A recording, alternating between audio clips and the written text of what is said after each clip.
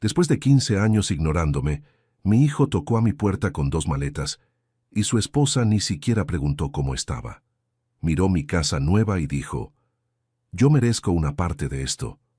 Él no sabía que ese día sería su último error. Mi nombre es Anselmo Ramírez Herrera. Tengo 72 años y hoy vivo en una colonia residencial aquí en Ciudad de México. Soy contador jubilado, o mejor dicho, era contador independiente hasta que ya no pude trabajar como antes. Pasé más de 40 años calculando impuestos, cerrando balances, organizando la vida financiera de comerciantes, dueños de pequeñas empresas, gente que confiaba en mí para no tener problemas con el SAT. Siempre fui respetado en la profesión. Tenía un despacho modesto en el centro, con escritorio de madera vieja, archiveros de metal y ese olor a papel membretado que solo quien trabajó en contabilidad conoce. No era lujo, pero era honesto. Y la honestidad, mi amigo, siempre fue mi sello personal. Hoy vivo solo en una casa espaciosa, de 3 recámaras, jardín en la parte trasera y un garaje para 2 carros. Tiene una sala grande con ventanas altas, cocina equipada, área de lavado que nunca uso bien porque aquí estoy solo. La casa está demasiado silenciosa. Despierto temprano, hago mi café, leo el periódico, cuido las plantas del patio y me quedo esperando a que pase el día. No es soledad elegida, es soledad impuesta. Porque quien debería estar aquí, quien tenía la obligación de aparecer, de llamar, de preguntar si el viejo está vivo, simplemente desapareció de mi vida y se mantuvo fuera por 15 años completos. Mi único hijo, Rodrigo, me abandonó justo después de que su mamá falleció. No fue un alejamiento gradual de esos que uno trata de entender con el tiempo. Fue un corte seco, brutal, como si hubiera dejado de existir de un día para otro. Cambié de teléfono para ver si buscaba el número nuevo. Mandé cartas a la dirección que tenía de él. Traté de ir hasta el departamento donde vivía. Nada, ni respuesta, ni conversación, ni una nota diciendo, «Papá, necesito un tiempo». Simplemente nada. Como si fuera un fantasma que decidió no ver más. Y mira, no fue por falta de intentos míos. Pasé cumpleaños esperando una llamada que nunca llegó. Me enfermé, estuve internado con neumonía, solo en el hospital, y nadie apareció. Casi pierdo mi antigua casa por deudas que se acumularon cuando el trabajo empezó a escasear, y ni así se movió. Para él, yo ya estaba muerto y enterrado, y tal vez en su cabeza era más cómodo así. Si te está gustando esta historia, dale like y suscríbete al canal Voces de los Abuelos. Deja en los comentarios de dónde me estás viendo y qué hora es allá en tu ciudad ahora. Todos los días hay historia nueva aquí. Estas historias de vida necesitan ser contadas y es el apoyo de ustedes lo que mantiene este canal vivo. Así que no olvides like, suscripción y comenta ahí abajo. Me quedé solo, completamente solo. Seguí trabajando mientras el cuerpo aguantó, cerrando balances, haciendo declaraciones de impuestos para unos pocos clientes que todavía me buscaban. Hubo épocas en que dormía en la oficina porque no podía pagar renta de la casa y del despacho al mismo tiempo. Comía pan con margarina, tomaba café recalentado y pasaba las noches en vela tratando de no volverme loco con el silencio. Mientras otros padres de mi edad recibían visitas de los hijos, paseaban nietos, cenaban en familia los domingos, yo conversaba con las paredes. Aprendí demasiado tarde que un hijo malagradecido no desaparece por casualidad. Él elige esfumarse, y cuando elige no hay disculpa que lo justifique. Pero la vida, mi amigo, tiene sus cosas.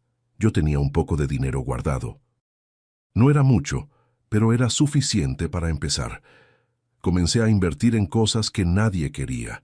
Inmuebles viejos, bodegas abandonadas, terrenos desvalorizados en colonias que estaban creciendo despacio. No me hice rico de la noche a la mañana. Fui persistente. Fui comprando poco a poco, remodelando cuando se podía, revendiendo cuando el momento era el correcto. Y sin alardes, sin postear en redes sociales, sin avisarle a nadie, mi situación empezó a cambiar. Cuando cumplí 68 años, ya era oficialmente millonario. No presumía, no andaba con ropa de marca ni carro importado. Seguía siendo el mismo viejo Anselmo, solo que ahora con una cuenta bancaria muy diferente. Y nadie sabía, ni los vecinos, ni los antiguos clientes, ni parientes lejanos, y mucho menos mi hijo, que me había borrado de su vida por más de una década. Hasta que una mañana de viernes, todo cambió. Nací y crecí en un pueblito del interior de Jalisco, cerca de Lagos de Moreno. Mi papá era ferrocarrilero, trabajaba en el mantenimiento de las vías, y mi mamá cosía para afuera para ayudar con los gastos. Vivíamos en una casa sencilla, de 3 cuartos, con patio de tierra, donde mi mamá criaba gallinas y sembraba verdolagas, quelites, nopales. Éramos 6 hermanos, yo era el tercero. Comida era poca, pero siempre había. La ropa estaba remendada, pero limpia.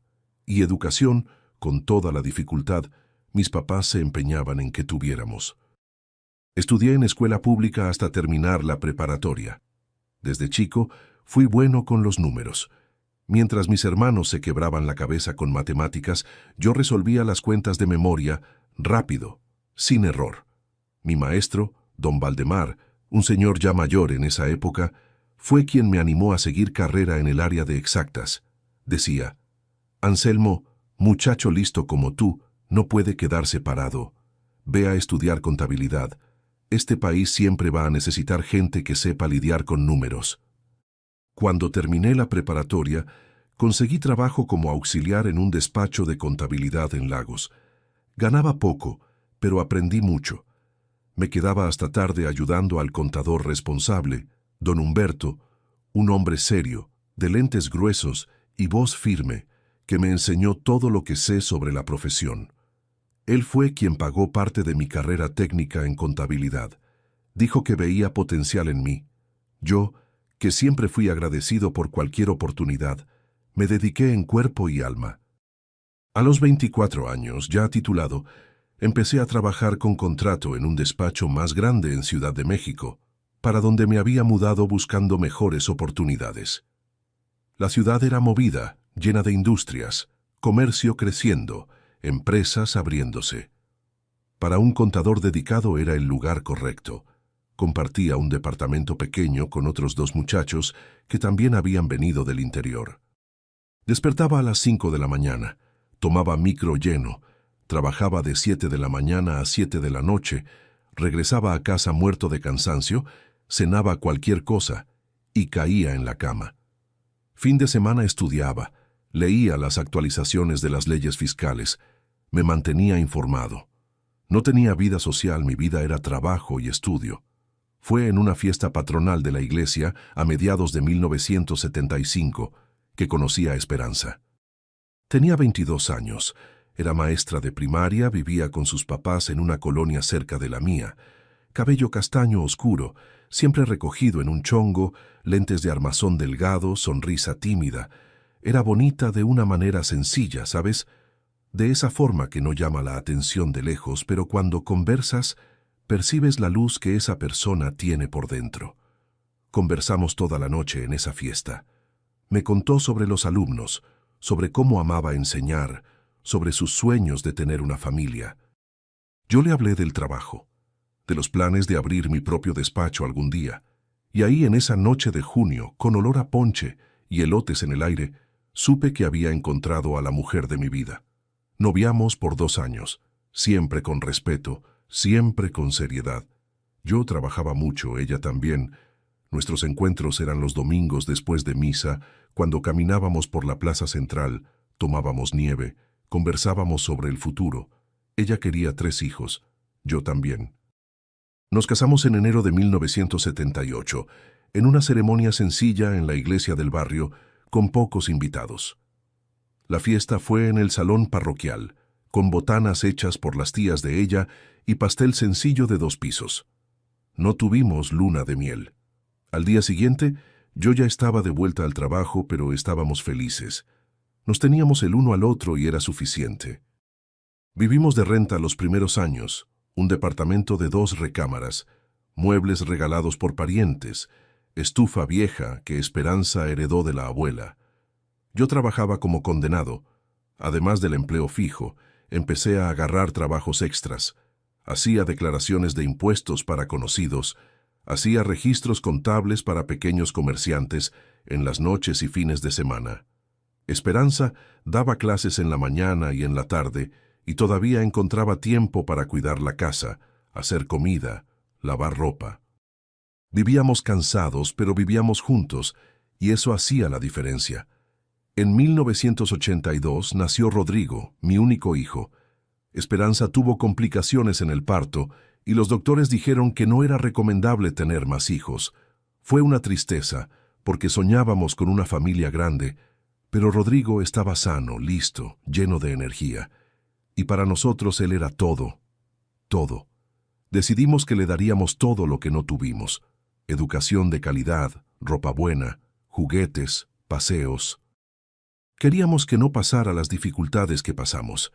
Esperanza dejó el trabajo para dedicarse a él en los primeros años. Yo asumí solo todos los gastos. Trabajaba de 7 de la mañana hasta altas horas de la noche. Fin de semana estaba en el despacho. No veía al niño crecer bien. Cuando llegaba a casa ya estaba dormido.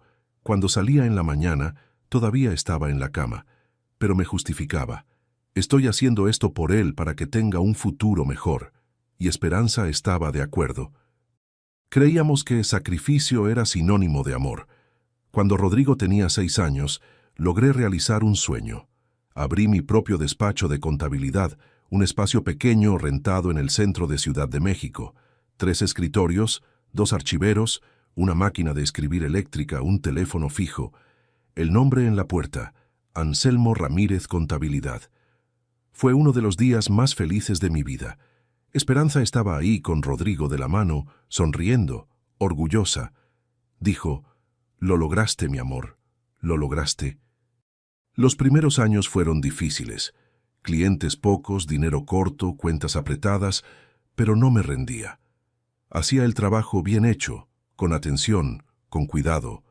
Mi reputación empezó a crecer. Comerciantes me recomendaban a otros comerciantes. Pequeños empresarios empezaron a confiar en mí. En 5 años el despacho había crecido. Contraté 2 auxiliares, renté un espacio más grande, compré equipos nuevos y, finalmente, logré dar una vida más cómoda a mi familia. Compramos nuestra primera casa propia cuando Rodrigo tenía 12 años. 3 recámaras, garaje, patio. Nada lujoso, pero era nuestra. Esperanza lloró de felicidad el día que recibimos las llaves. Rodrigo corrió por el patio, escogiendo dónde iba a plantar un árbol. En ese momento sentí que todo había valido la pena. Todo el sacrificio, todo el cansancio, todas las noches en vela. Valió. Rodrigo estudió en buenas escuelas privadas. Tuvo clases de inglés, de computación, de natación. Le compraba tenis de marca. Iba al cine con los amigos. Tenía domingo generoso, dábamos todo, todo. Esperanza lo llevaba y lo traía a todos lados. Yo pagaba todo sin quejarme, sin pesar. Creía que estaba cumpliendo mi papel de papá: proveer, garantizar, proteger. Pero la verdad que solo fui a entender mucho tiempo después es que estábamos comprando su presencia, sustituyendo afecto por regalo, cambiando tiempo por dinero. Rodrigo creció acostumbrado a tenerlo todo, sin necesidad de luchar por nada. Y cuando nos dimos cuenta ya era tarde. Ya era un joven mimado, acostumbrado a recibir, incapaz de agradecer. A los 18 años entró a una universidad privada de administración. Pagamos todo: colegiatura, libros, transporte, vivienda, alimentación. Vivía en un departamento pequeño, cerca de la universidad, compartido con otros 2 muchachos, pero nosotros pagábamos todo. Esperanza iba allá toda semana. Llevaba comida congelada. Limpiaba su departamento, lavaba ropa, depositaba dinero en su cuenta religiosamente, y él apenas llamaba, apenas agradecía, apenas aparecía en casa. Cuando se tituló, consiguió trabajo en una empresa mediana. Ganaba razonablemente bien. Aún así, seguíamos ayudando. Pagamos el enganche de un carro para él. Ayudamos con los muebles del departamento que rentó.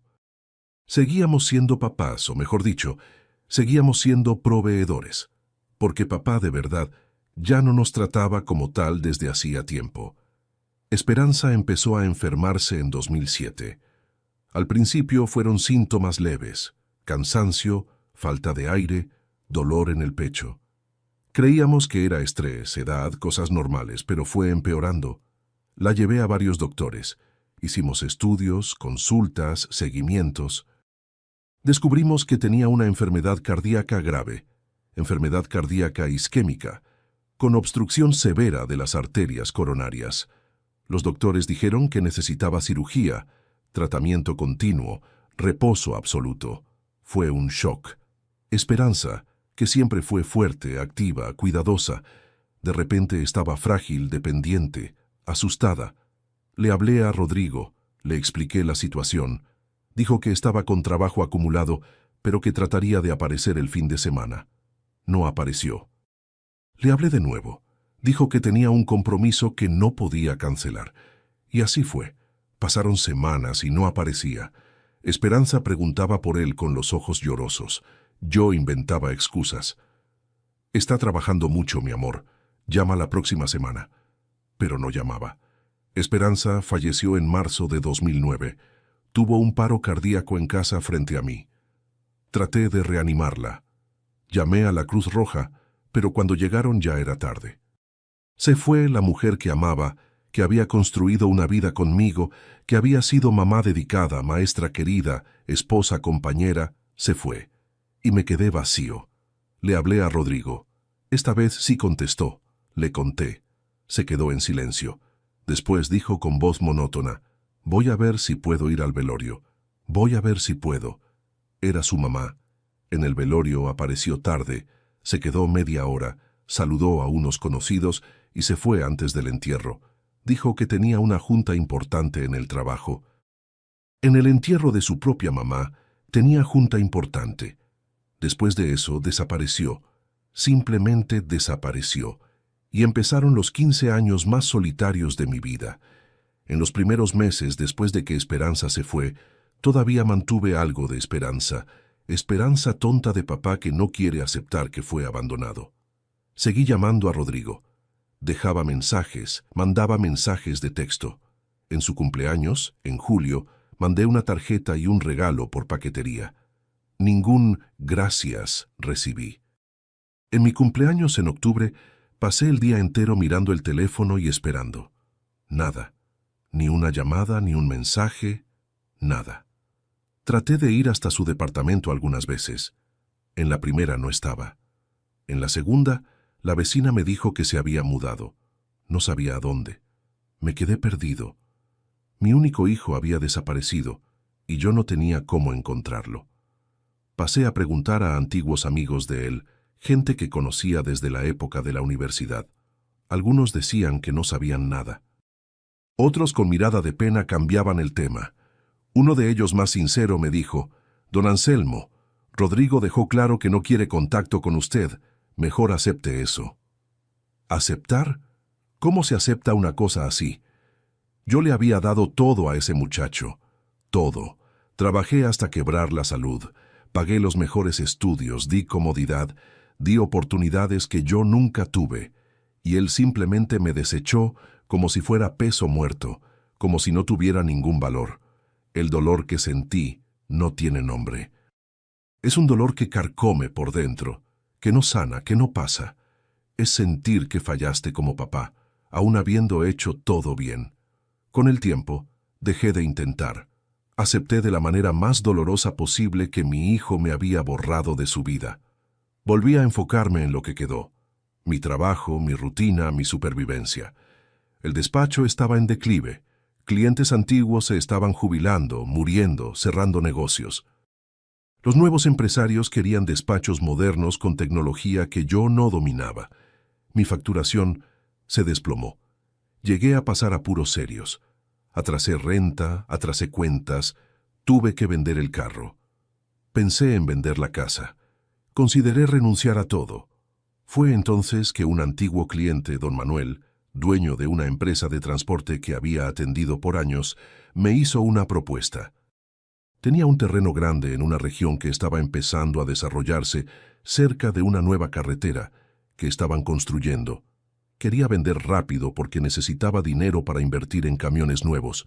El precio era bajo, muy bajo, casi ridículo para el tamaño del terreno, pero confiaba en mí y quería que yo lo comprara. No tenía dinero, tenía solo lo que quedaba de la venta de unos pocos bienes, pero algo dentro de mí dijo, «Ve, arriésgate, ya no tienes nada más que perder». Compré el terreno. 3 años después la carretera estuvo lista, la región explotó, empresas de logística empezaron a buscar espacio, vendí el terreno por un valor 15 veces mayor de lo que pagué. De repente, tenía dinero, dinero de verdad. No me detuve ahí. Tomé ese dinero e invertí en otros inmuebles, edificios antiguos en el centro que nadie quería, pero que estaban en buenas ubicaciones. Remodelaba, rentaba para comercio, revendía con ganancia. Compré acciones de empresas sólidas cuando estaban desvalorizadas. Esperé. Vendí en el momento correcto. No fue suerte, fue estrategia. Fue conocimiento acumulado de décadas, lidiando con finanzas, con impuestos, con mercado. Sabía leer números, sabía ver oportunidades donde otros veían problema. Con 68 años, tenía patrimonio de algunos millones de dólares. Compré la casa donde vivo hoy, grande, cómoda, en una colonia residencial, no para presumir, sino porque por primera vez en la vida podía. Podía tener comodidad, podía tener seguridad, podía tener paz, o al menos eso era lo que creía que iba a tener. Seguí viviendo de forma sencilla. No le conté a nadie. No posteé en redes sociales. No di entrevistas. No quise aparecer. Solo viví solo, pero en paz. Al menos eso era lo que trataba de creer. Porque la verdad es que la soledad seguía doliendo, que la ausencia de mi hijo seguía siendo una herida abierta que nunca cicatrizaba. Hasta esa mañana de viernes, en noviembre de 2024. Estaba tomando café leyendo el periódico cuando sonó el timbre. Me extrañó. No esperaba a nadie. No recibo visitas. Fui hasta la puerta, miré por la mirilla y casi me caigo para atrás. Era Rodrigo, mi hijo, después de 15 años. A su lado, una mujer que no conocía, bien vestida, maquillaje impecable, bolsa de marca y 2 maletas grandes en el suelo. Abrí la puerta con el corazón disparado. Por un segundo tonto, pensé que había venido a pedir disculpas, que había sentido mi falta, que había madurado, pero bastó mirar a sus ojos para darme cuenta de que no. No había remordimiento en esa mirada. Había cálculo, había interés, había avaricia. No me abrazó, no preguntó cómo estaba, solo entró empujando las maletas y dijo con naturalidad, «Entonces es verdad, te volviste rico». La mujer a su lado, que después supe que era su esposa Patricia, entró atrás mirando todo alrededor, con ojos de quien estaba evaluando cuánto valía cada cosa.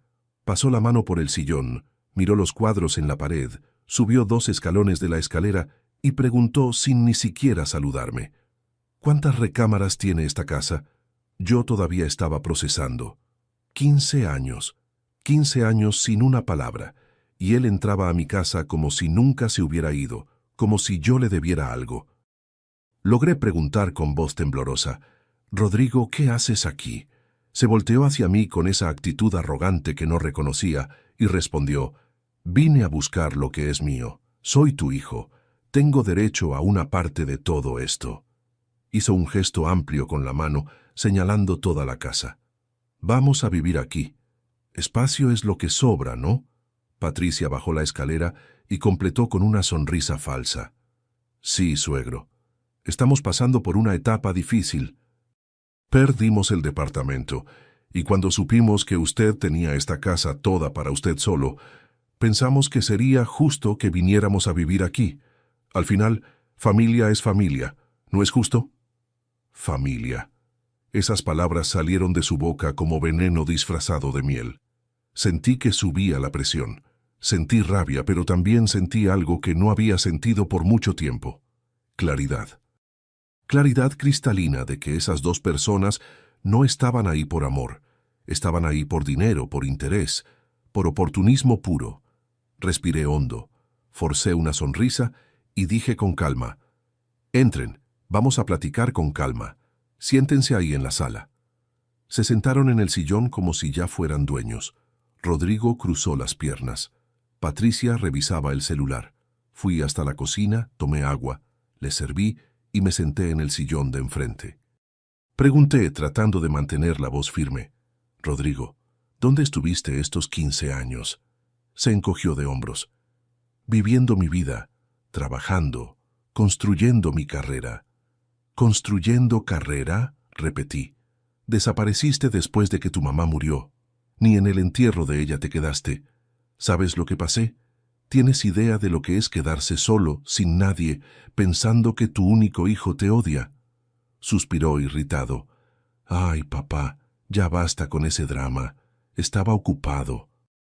«¿Sabes cómo es el trabajo, compromisos? Llamé algunas veces». «Tú no llamaste ni una sola vez», exploté. «Ni una. Yo fui quien trató de encontrarte, yo quien mandó cartas, quien fue a buscarte, y tú desapareciste. Me bloqueaste, me borraste». Patricia intervino con esa voz empalagosa. «Mire, suegro, todos cometemos errores, pero ahora estamos aquí. ¿No es eso lo que importa?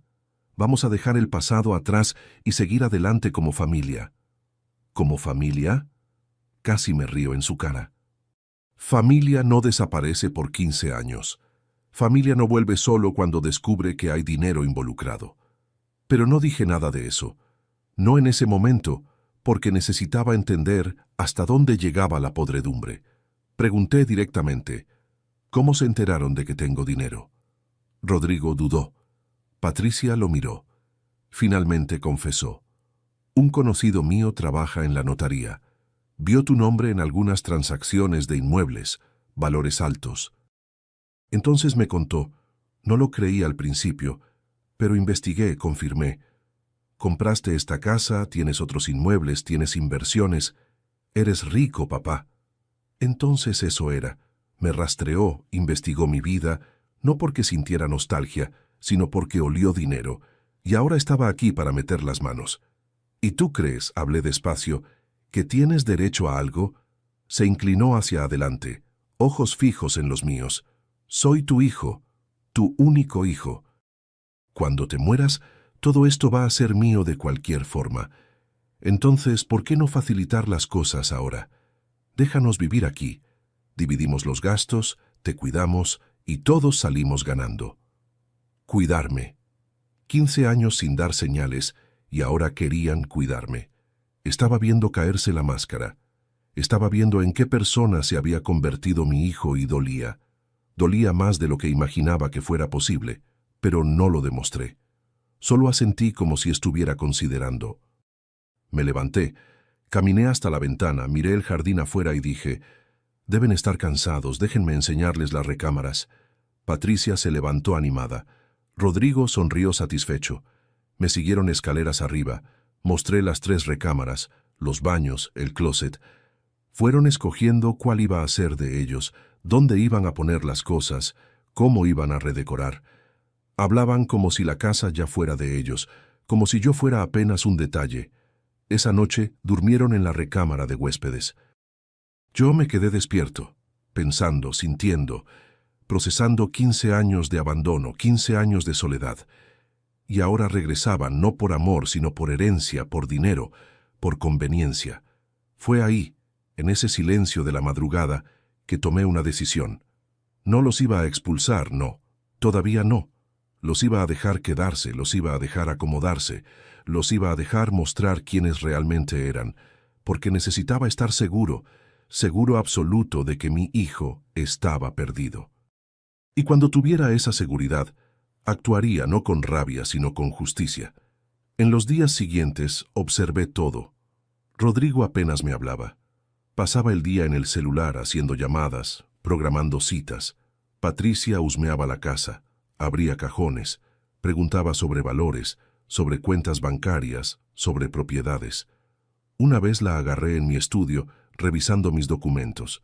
Cuando se dio cuenta de que estaba en la puerta, sonrió y dijo: «Ay, Disculpe, suegro, solo estaba buscando una pluma. ¿Pluma? En medio de mis estados de cuenta. Me creía idiota. Una tarde escuché una conversación de ellos en la recámara. La puerta estaba entreabierta. Patricia decía, ¿viste cuánto tiene? Necesitamos asegurar nuestra parte antes de que gaste todo o lo done a alguna institución. Estos viejos se vuelven medio locos y hacen cada tontería. Rodrigo respondió, tranquila, está comiendo de nuestra mano. En un ratito lo convencemos de poner nuestro nombre en algo. O entonces esperamos a que se muera y nos quedamos con todo. ¿Que se muera? Mi propio hijo esperando que muriera para quedarse con mi dinero. Sentí náusea, sentí asco, pero también sentí, por primera vez en 15 años, una fuerza que creí haber perdido. La fuerza de la indignación, de la revuelta justificada, del límite ultrapasado. Estaban en mi casa desde hacía una semana, cuando pasó lo peor. Patricia empezó a traer amigas para conocer la casa. Hacían carne asada los fines de semana, bebían, se reían fuerte, trataban mi hogar como si fuera un club. Rodrigo traía colegas del trabajo, hacía reuniones en mi sala, usaba mi estudio sin pedir. Me había vuelto un fantasma en mi propia casa. Cierta noche me llamaron para platicar. Se sentaron conmigo en la sala con cara seria. Rodrigo empezó, «Papá, necesitamos hablar de algo importante. Te estás haciendo viejo. Con 72 años es normal olvidar las cosas y confundirse. Estamos preocupados por ti». «¿Preocupados?», continuó. «Creemos que sería bueno que firmaras un poder para mí, para que pueda cuidar tus finanzas, tus bienes, mientras todavía estás lúcido. Es para tu protección». Patricia completó con voz melosa. «Es lo mejor, suegro. Así se queda tranquilo, descansa, disfruta la vida y deja que nosotros cuidemos todo». Poder. Querían que firmara un poder. Querían control total sobre mi patrimonio. Era el golpe final, la jugada que faltaba. Los miré. Miré bien a los ojos de los dos y dije con voz firme, «Voy a pensarlo». Sonrieron. Creyeron que habían ganado, pero yo ya había decidido. No iba a firmar ninguna porquería.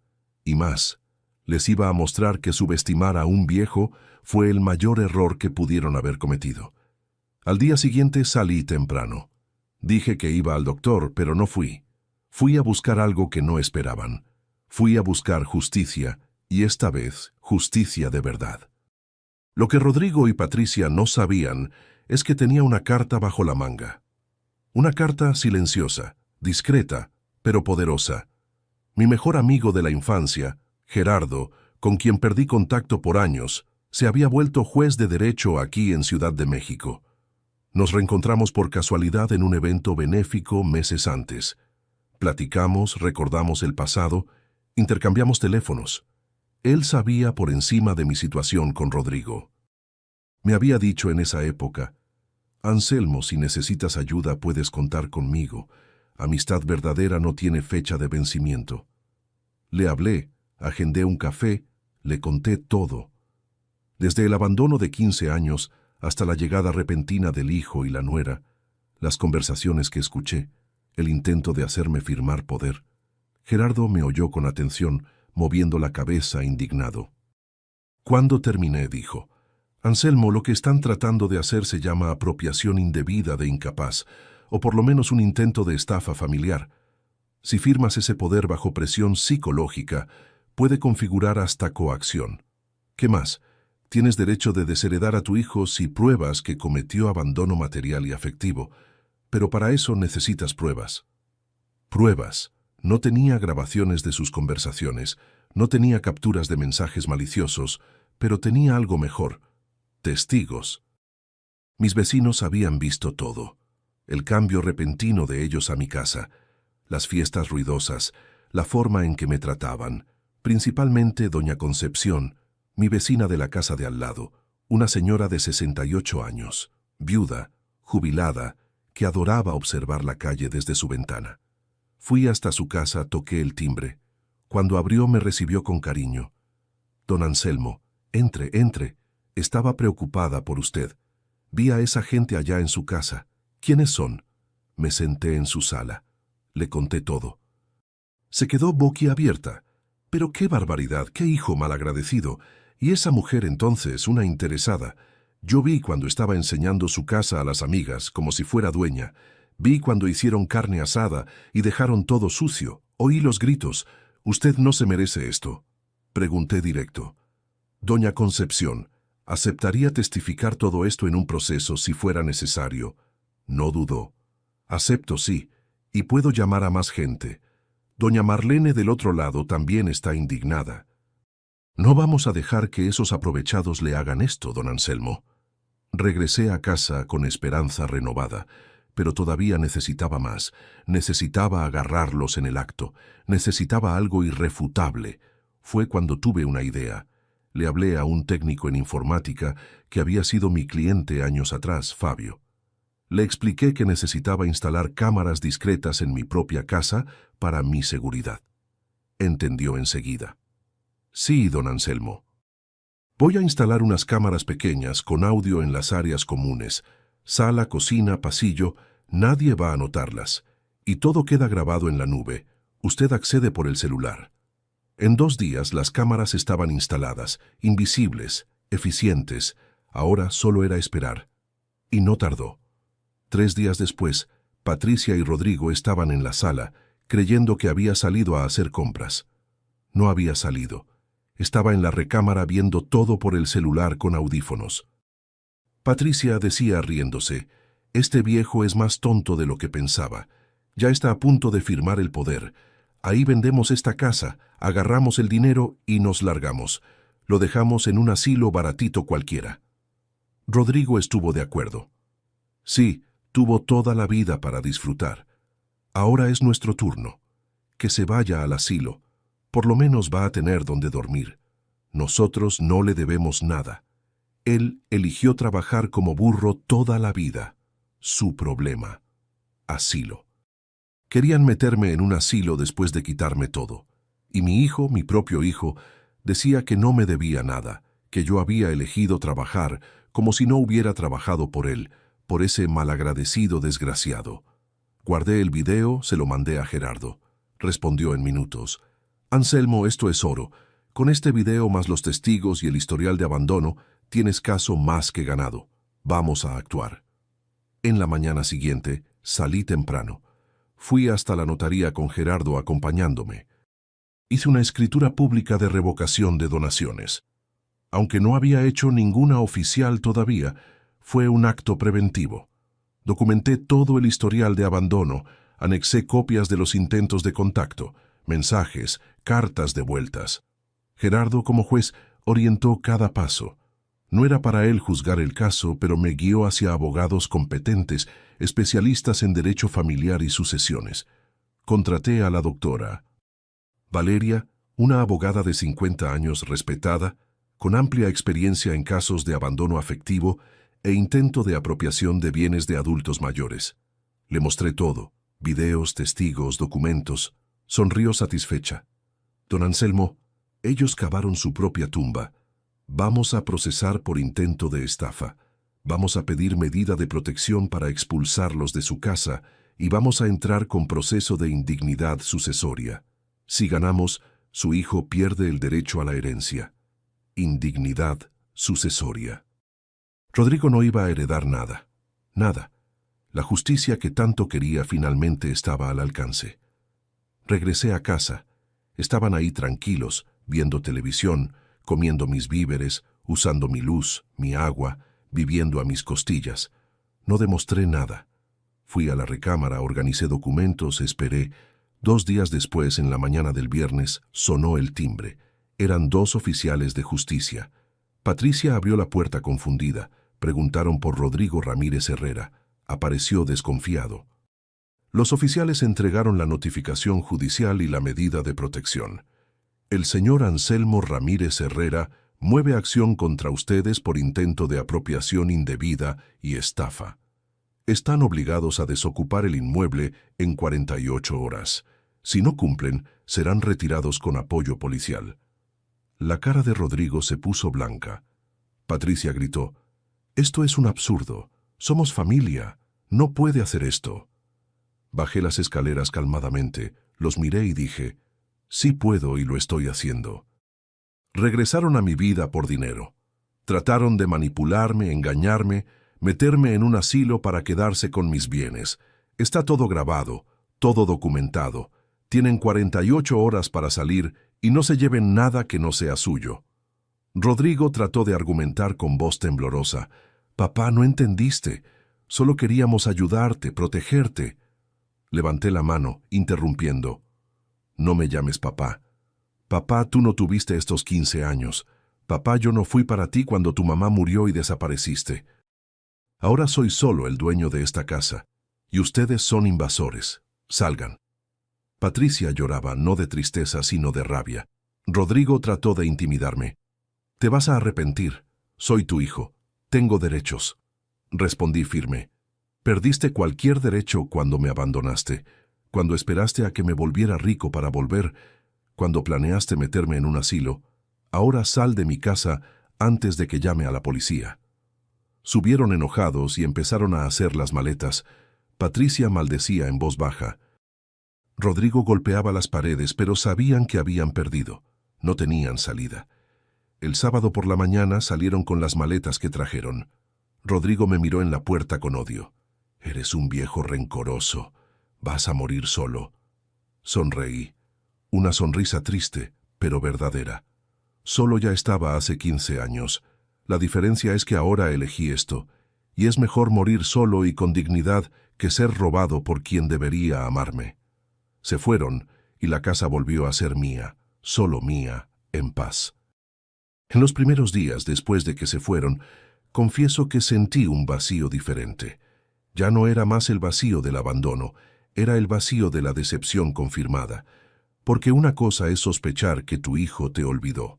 Otra, muy diferente, es tener la prueba concreta de que solo volvió por tu dinero, que planeó usarte, desecharte y quedarse con todo. Es un dolor que corta hondo, pero es un dolor que extrañamente también liberta. Pasé días reflexionando sobre todo. Sobre dónde me equivoqué como papá si me equivoqué. Llegué a la conclusión de que sí, me equivoqué. Me equivoqué al creer que dinero sustituía presencia, que pagar escuela cara era lo mismo que enseñar valores, que dar todo era lo mismo que educar para valorar lo que se tiene. Rodrigo creció acostumbrado a recibir sin merecer, a tener sin luchar, a exigir sin agradecer. Y Esperanza y yo fuimos los responsables de crear ese monstruo. No solos, claro, él tomó decisiones, pero la base, la estructura, quienes la dimos fuimos nosotros.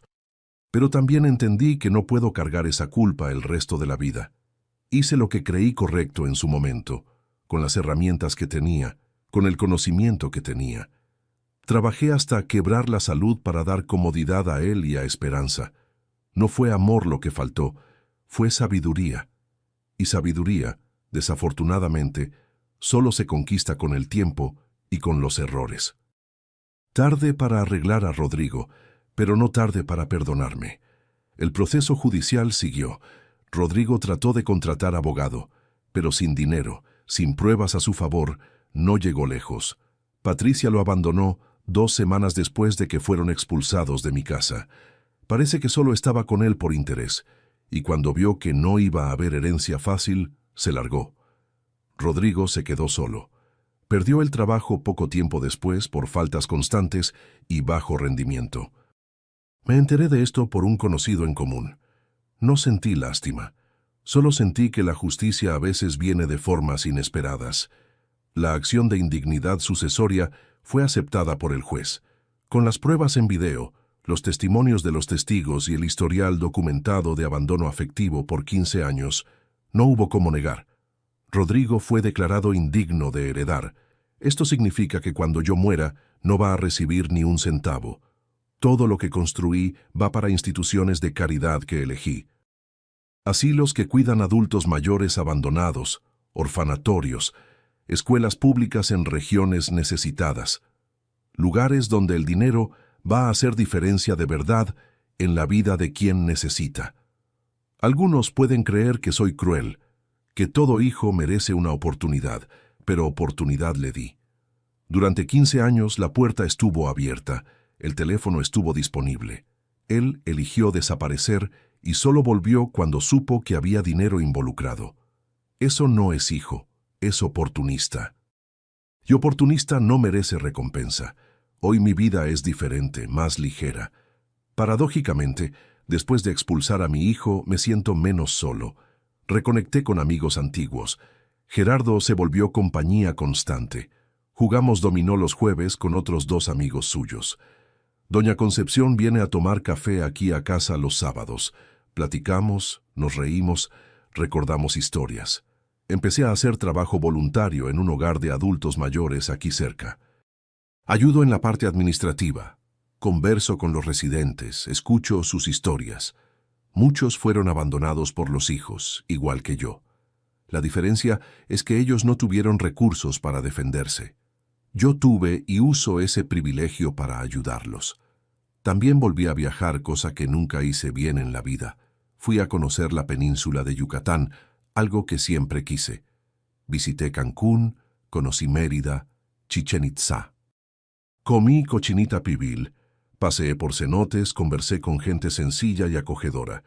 Sentí que México es más grande que mis problemas, que la vida es más grande que la decepción con un hijo malagradecido. Hice las paces con la memoria de Esperanza. Sé que se pondría triste con lo que pasó con Rodrigo, pero también sé que entendería mi decisión. Ella siempre fue mujer de fibra, de principios, no aceptaría ser usada, y yo tampoco acepto más.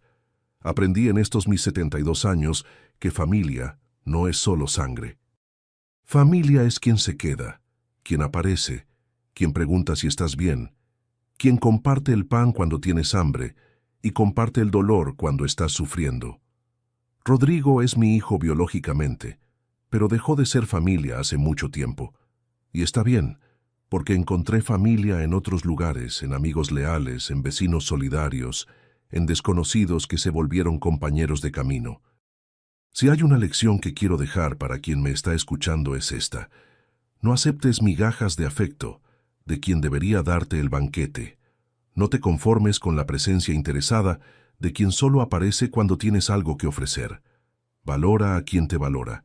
Corta lazos tóxicos, aunque sean lazos de sangre, porque la vida es muy corta para desperdiciarla con gente que no te merece. Hoy, cuando miro hacia atrás, veo una vida de trabajo, de lucha, de sacrificio. Veo errores y aciertos, dolores y conquistas. Veo una esposa amada que se fue muy temprano. Veo un hijo que eligió el camino equivocado, pero también veo que sobreviví, que me volví a levantar, que a los 72 años todavía tengo dignidad, autonomía y paz. Y eso, mi amigo, no tiene precio. No sé cuánto tiempo me queda por aquí, pero sé que el tiempo que resta va a ser vivido a mi manera, con libertad, con verdad, rodeado de quien realmente importa, sin peso en la conciencia, sin rencor corroyendo por dentro. Porque perdonar no significa aceptar de vuelta. Perdonar significa soltar. Y yo solté. Solté a Rodrigo. Solté la rabia. Solté la expectativa de que cambiaría. Y en ese soltar encontré paz.